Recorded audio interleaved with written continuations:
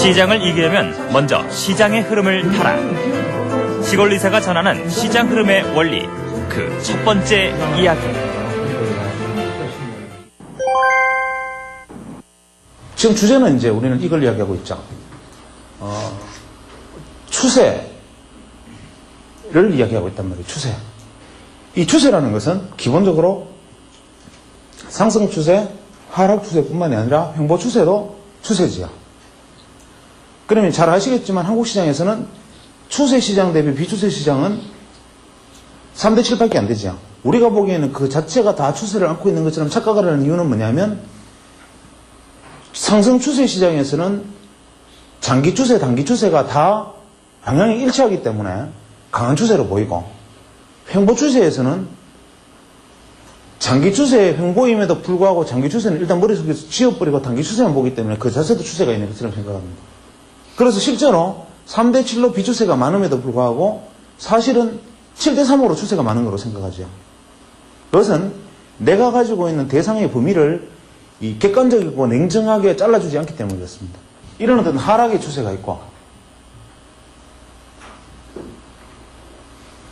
자, 상승의 추세가 있다 가정하면 이것은 분명히 다 그려놓고 보면 하락 추세고, 다 그려놓고 보면 횡보 추세고, 다 그려놓고 보면 상승 추세지요. 이 부분은 다 그려놓든 안 그려놓든 전부가 동의하는 추세에 속합니다. 여기 지점에 오면 동의하는 사람과 동의하지 않는 사람의 차이가 확연하게 드러나죠. 여기서도 확연하게 다릅니다. 여기서도 확연하게 다르고, 여기서는 다시 이쯤 되면 동의하게 되겠죠. 그러면 동의한다는 말과 동의하지 않는다는 말에, 동의하지 않는 사람이 많다는 말의 차이는 뭡니까? 시장이 날카롭게 대립하고 있다 이거죠. 그러니까 추세 시장, 하락 추세와 상승 추세는 한쪽이 원사이드하게 이기고 있는 거죠. 그런데 그 원사이드하게 이기는 쪽이 날카롭게 대립하고 있는 게 아니죠. 그건 한쪽의 양보를 일방적으로 복종을 강요하면서 그냥 계속 나아가는 건데, 비추세 시장에서는 이 대립이 굉장히 날카롭게 지금 서 있단 말이죠. 그럼 이렇게 날카로운 대립국면, 소위 말하는 이 비추세의 꼴은, 비추세의 꼴 대립이다, 이런 관점에서 놓고 본다면 어떻게 됩니까? 시장이 첨예하게 부딪힐 수 있고, 내가 첨예하게 판단에 따라서 엇갈릴 수 있는 부분이 비추세 시장이기 때문에, 우리가 추세 시장은 내가 가지고 있는 소위 말하는 그냥 판단, 소위 말하는 자율적 판단, 주관적 시장 판단에 의해서 추종하는 것이 유리하다 이겁니다. 그래서 이러한 어떤 추세가 형성이 되거나 추세가 형성이 됐을 때는 그 추세에 대해서는 내가 상대방의 마지막 숨통을 끌을 만큼 철저하게 추세를 그냥 따라가야 돼요. 여기서 고점과 저점을 예단하는 행위들은 불가능합니다. 문제는 이 비추세에서 치밀한 대립이, 시장에서 대립이 일어나고 있을 때는 내가 내 자신의 판단이 가장 동의되지 않는 시점입니다. 소위 말하는 우리가 매수를 해놓으면 손절매하고 매도하면 반등하고, 이런 일이 계속 반복되거나 역파도 타기, 여기서 심리관리가 제일 안 되지요. 그래서 이런 부분에 있어서는 철저하게 객관적 지표에 따라야 됩니다.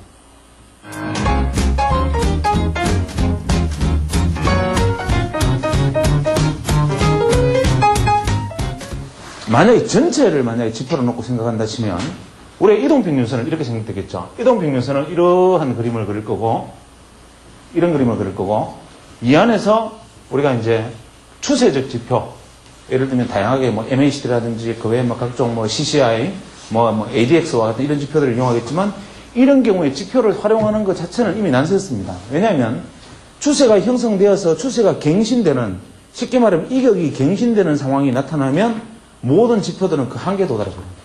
그래서 이때는 그냥 모멘텀 자체에 그냥 따라가는 편성밖에 불가능하고, 여기에서 일어나는 방법들이 소위 말하는 우리가 어떤 매듭을 가지고 어떻게 돌파할 것인가라는 관점에서 지표에 의존하는데, 이 지표도 사례를 들어서 우리가 생각해 보면 대단히 델리킷한 생각을 할 수가 있습니다.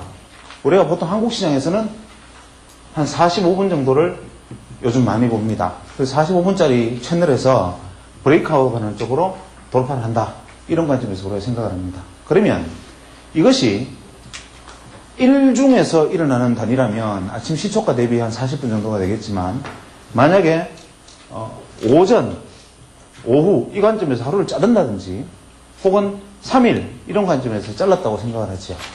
그러면 자를 때마다 이 폭의 단위는 달라지는 거죠. 그죠? 현재 우리가 이곳에서 내가 판단이 돌파가 진짜 돌파냐 아니면 이것이 트랩이냐 아니면 이것이 페일로 끝나느냐 이 판단을 할 수 있는 것은 뭐냐면 우리가 추세적 모멘텀으로 하는 게 아니잖아요. 이것은 심리관리가 기본적으로 내가 중기 추세에서 이미 여기 진입했다라는 것은 이미 추세적 인식이 바탕이 돼야 되고 이 안에서 만약에 이 추세적 바탕에서 만약에 횡보가 변동성이 축소 구간이라는 판단이 섣버리면 무조건 이건 지표에 의존해야 됩니다. 예를 들어서 여기에 스타캐스틱을 적용한다고 가정합시다. 우리 스타캐스틱이나 RSI 같은 지표는 실제로 이 구간에서 적용하는 것이죠.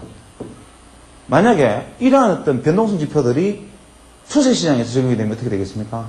끊임없는 잘못된 신호들을, 거짓 신호들을 계속 보내겠죠. 우리의 스타캐스틱이다 가정하면 스타캐스틱의 신호는 어떤 것을 따라야 되겠습니까? 보통 스타캐스틱의 매매 신호는 과열과 침체, 다이버전스, 혹은 교차, 시그널의 교차 이런 관점에서 바라보지 않습니까? 만약에 기본적으로 지표라는 것이 수익률을 만약에 줄 수 있는 것이라면 우리가 수익률을 지표로만 가지고 따라할 것인데 지표를 따라해보면 맞는 국면과 맞지 않는 국면이 상당히 많이 드러나죠. 특히 추세시장에서는 완전히 안 맞는 거고 이런 변동성 지표들은 변동성 시장 안에서도 정말 진짜와 가짜 신호가 소위 말하는 진짜와 가짜 신호가 계속 대립되기 때문에 우리는 사실 이 지표를 어떻게 활용하느냐는 것은 뭐냐면 어떻게 필터하는 것이냐의 문제에 다름 아니다 이거죠. 그러면 지표를 필터하는 것은 그 국면에 따라서 지표를 어떻게 필터하는 것인가라는 필터의 기준이 틀려집니다. 우리가 보조지표에서 특이도와 민감도는 어떤 형식으로 나타나겠습니까? 이 민감도가 떨어지는 문제, 특이도가 떨어지는 문제, 특이도가 문제가 되는 상황, 민감도가 문제가 되는 상황을 어떻게 보정해 주느냐 하는 것이 바로 지표 활용의 알파 오메가죠.